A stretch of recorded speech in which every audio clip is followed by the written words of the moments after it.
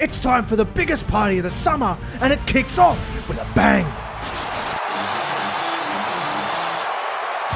The grudge match of all grudge matches, and it's been put on first to avoid these two clashing backstage during the rest of the show. And there isn't a single referee in an official capacity willing to take it on. But one man is. Rollins is donning the referee gear for this one, and you can tell he's up for some mind games. As Punk and Drew are standing there, desperate for the bell to ring, Rollins doesn't call for it.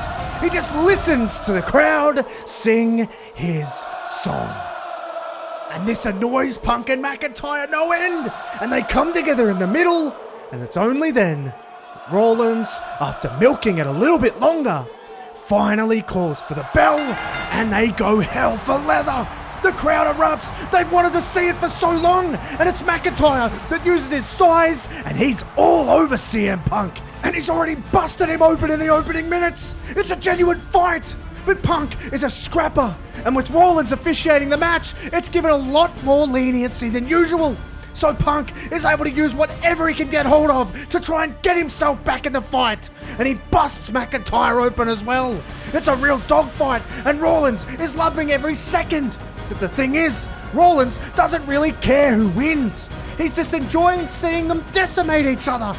And as Drew is able to down Punk with a Future Shock DDT and make the cover, all Seth does is watch. And he's slow to get down to make the count, and this, given Drew's history with referees, infuriates the giant Scotsman, and he gets right in Rollins' face. Surely he wouldn't cost himself the match by putting his hands on the referee.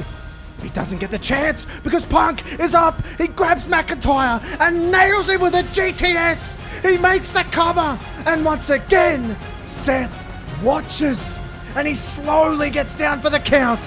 1, 2, but he stops, and Punk has now had enough as well, and he gets in Seth's face just like McIntyre, but Punk takes it one step further, and he shoves Seth to the ground, and that is a huge mistake, because Seth gets up, shoves him back, and sends him to the ground, but as Punk gets up disorientated, boom, he gets rocked by a Claymore, and this time Seth gets down and makes the count. McIntyre pins Punk. He gets a measure of revenge, even if it's controversial. Seth is just enjoying watching the world burn. He didn't care who won, but Punk put his hands on him first. And Punk then puts his hands on McIntyre.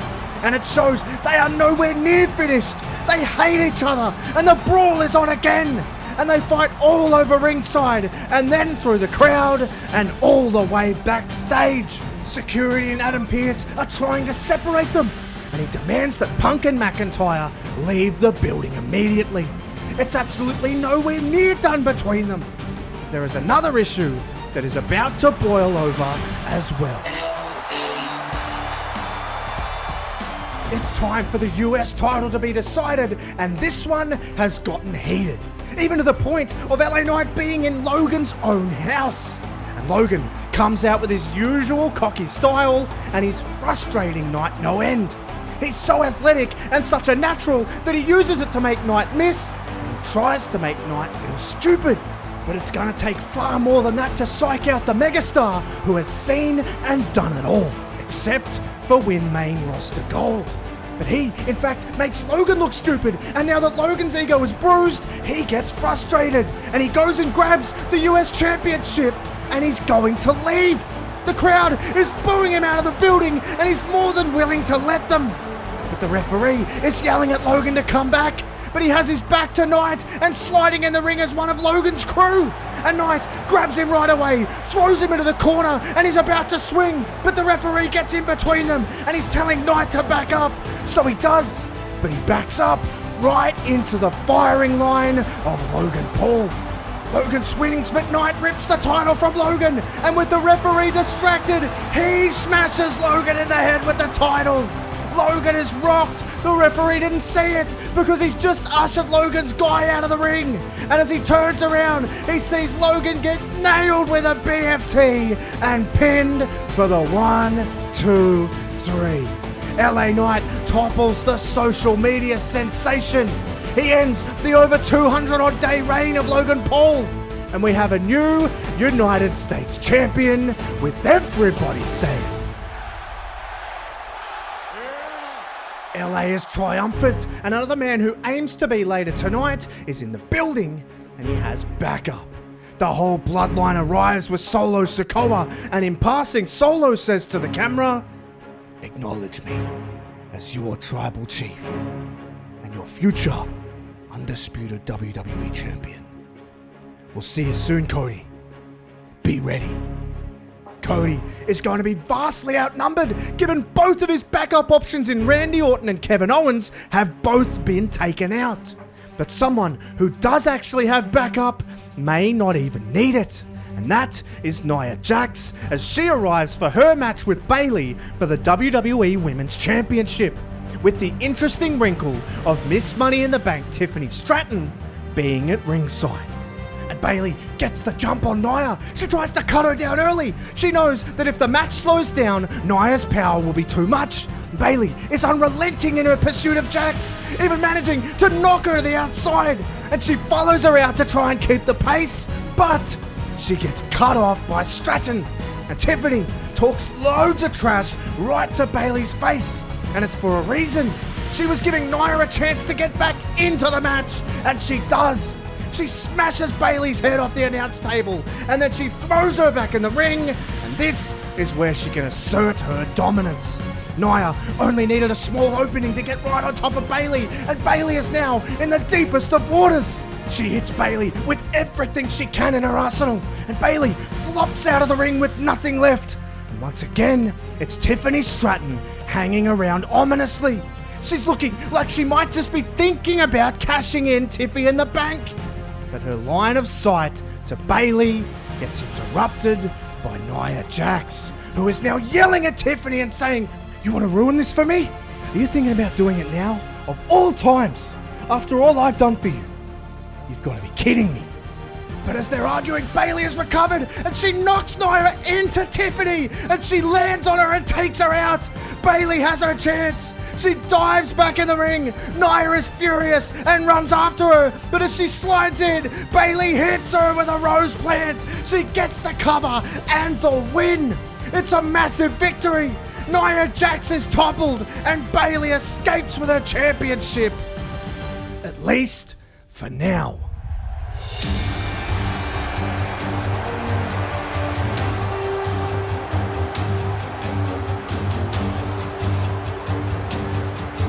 Bayley isn't moving, but Tiffany Stratton is. She creeps towards the ring as Nia leaves it.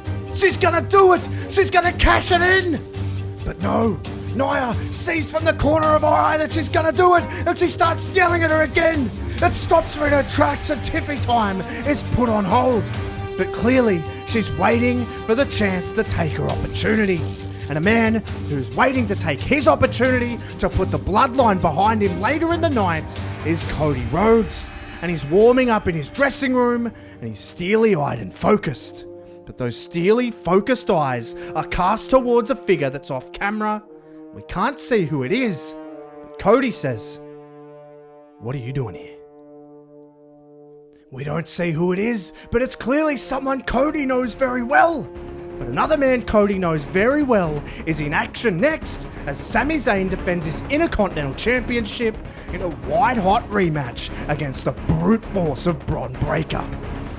And the destructive nature of how this match came about in the weeks prior is on show, with Zayn having his ribs taped from the damage caused by Bron. And he's doing even more damage during the match. He's taking advantage of his weakened opponent and showing that if he somehow manages to get hold of the Intercontinental Championship, it'll be almost impossible to get it off him. But if you think Zayn is going to give up because he's in a little bit of pain, you couldn't be more wrong. But Breakker welcomes it. However, he perhaps shouldn't. He's underestimating Zayn again, and he finds it within himself to tear Breakker apart. And he's feeling like he might be able to do the double over the second generation star. And it comes down to them purely just duking it out. Both of them hammering each other repeatedly. neither willing to back down, and they both smash each other in the skull, dropping them both down, and the momentum takes them both to the outside of the ring. And that is where the match turns, because Breakker fights his way up only just before Zayn.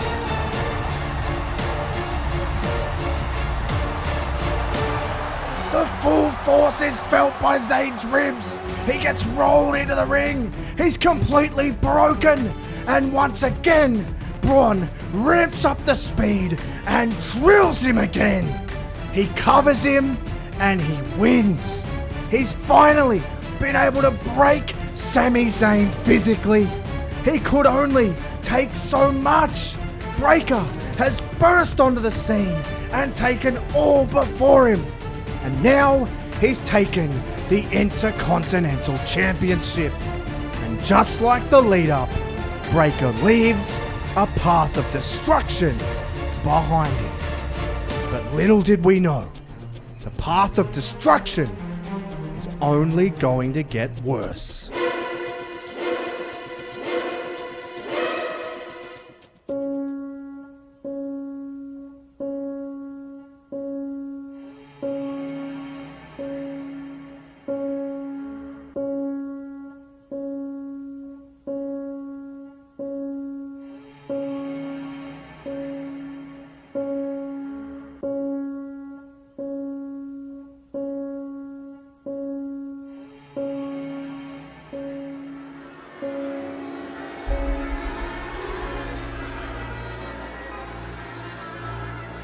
It's eerie. It's strange. But Chad Gable, who is leading a new-looking Alpha Academy, is still talking a really big game before the match. Even with the creepy lighting and the fact that he's staring across from a group many consider incredibly dangerous. He's talked a big game to Bo Dallas before. This isn't Bo Dallas. And Gable finds out just how dangerous Uncle Howdy really is. He, along with Gacy and Loomis, decimate the Alpha Academy. It's a total whitewash. All while Nikki Cross laughs from the entranceway. It's complete destruction of the highest order, and the message is sent loud and clear. If you fit the Wyatt 6 code, you're in big trouble. The crowd is completely stunned at the one-sidedness of the match, if you can even call it that. The Wyatt 6 are here and officially have their first win. It seems to be the first of many. This group only gets stronger.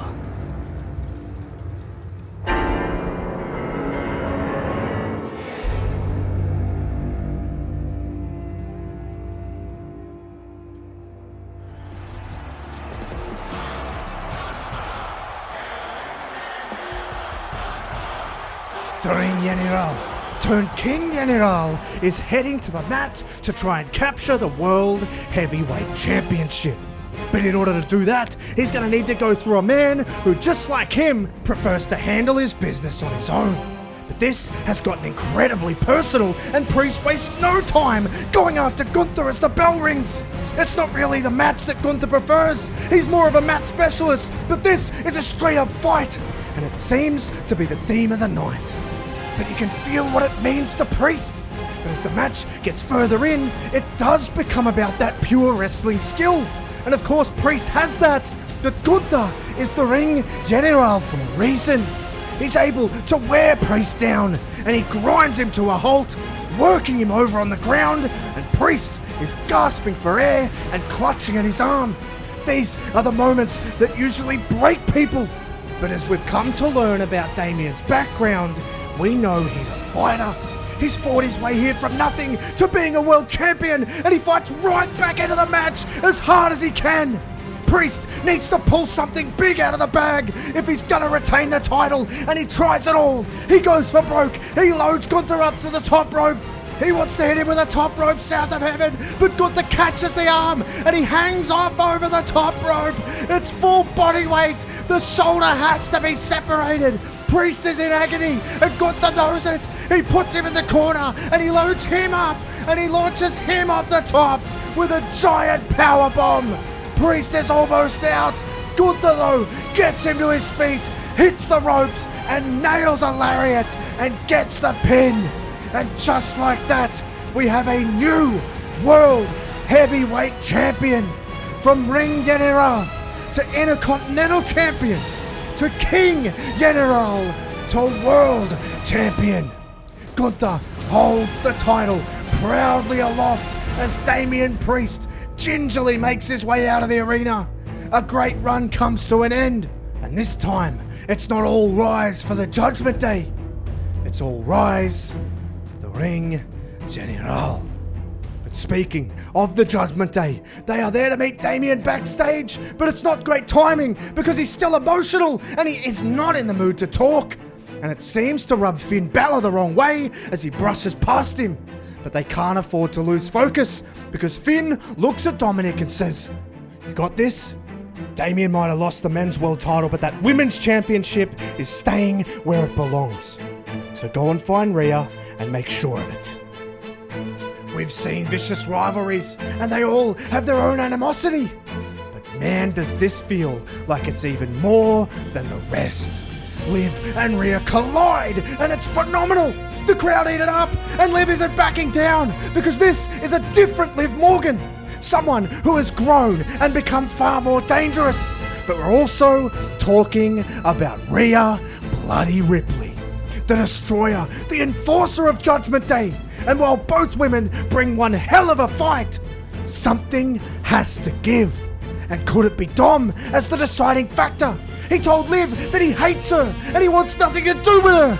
And he's on the apron trying to get involved when Liv is working over Rhea. But Liv is loving it because even though she's been burned, she's still obsessed with Dom. But is it for a reason? Because as Rhea is getting ready to attack a distracted Liv, she's tripped. But by who?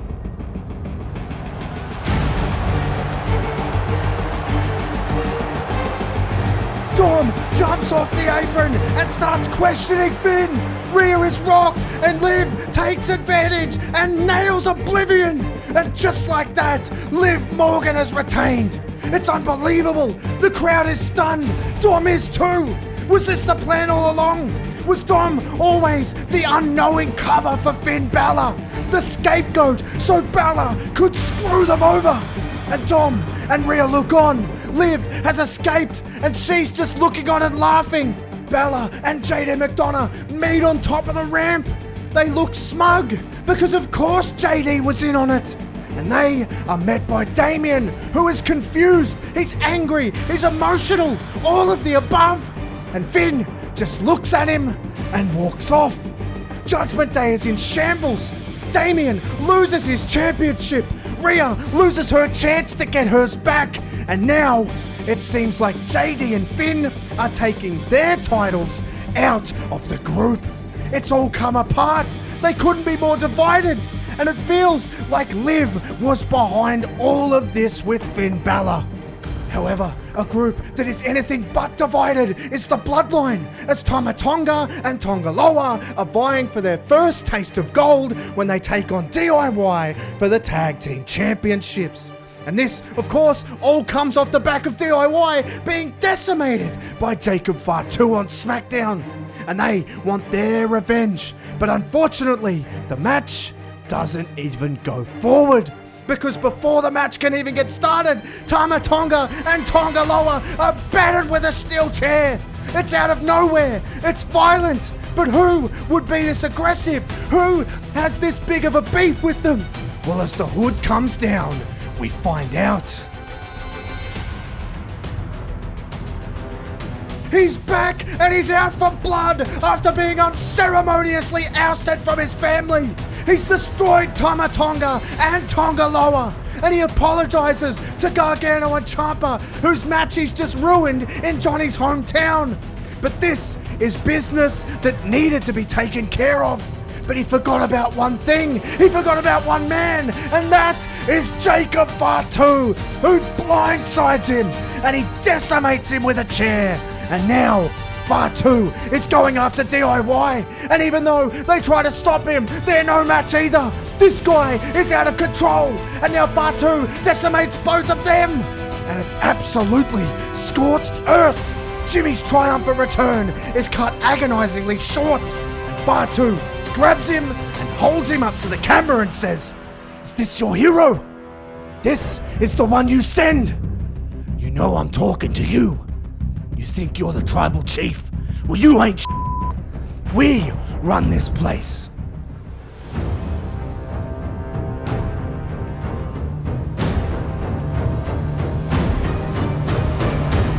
You take him out of here. I'll handle Cody, and we'll get to him later. Fatu leaves ringside with Jimmy, and Solo readies himself for the biggest match of his career.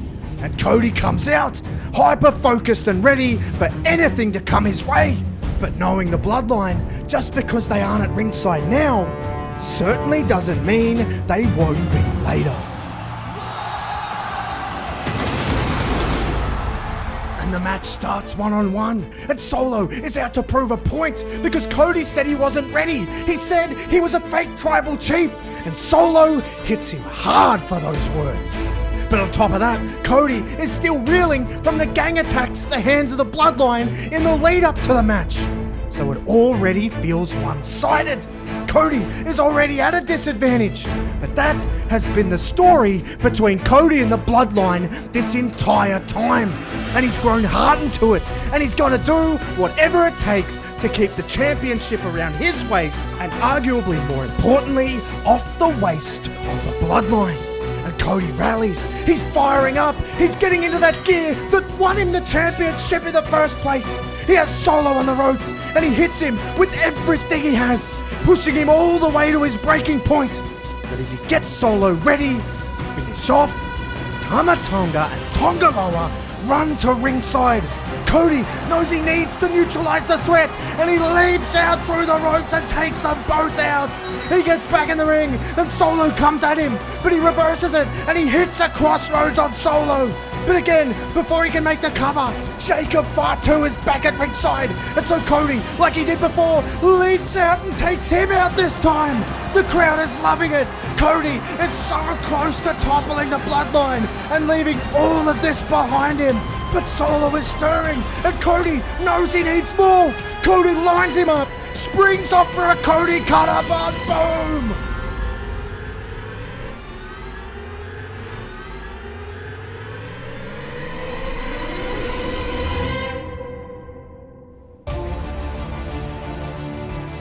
Paul Heyman! This must have been who Cody met in the locker room earlier. He dragged the referee out of the ring, and Solo is pissed. DIY have come back out. They're trying to take care of Tonga Loa and Tama Tonga. Jimmy Uso is back, and he's brawling with Jacob Fatu. But Solo only has eyes for Heyman. He's going to destroy him, just like he did previously. But he can't, because Cody has barely recovered, and he grabs Solo and he hits him with a trio of crossroads, one after the other. And with Paul Heyman watching on, Cody retains the championship.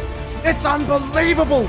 Rhodes has overcome all the odds again, and with an assist from the very man who desperately tried to stop him winning that very title. But the chaos doesn't end there, because with DIY and Jimmy keeping the rest of the Bloodline at bay in all corners of the arena, Heyman is having a brief moment with Cody. The history between Heyman and Cody's family is very rich, and you could say that he's done another Rhodes another big favor. The sentiment doesn't last. Solo has gone rogue. He's lost his mind, and he's completely wiped out Rhodes. He's battered him with a chair, and he picks him up and smashes him with another Samoan spike. And then he throws him to the side, and Rhodes is out. There's no one left except Paul Heyman. And Solo forces Heyman to get in the ring, and Heyman is cornered, and Solo, now wearing the Ulafala, says, "You will acknowledge me like you should have done in the first place. Acknowledge me as your tribal chief."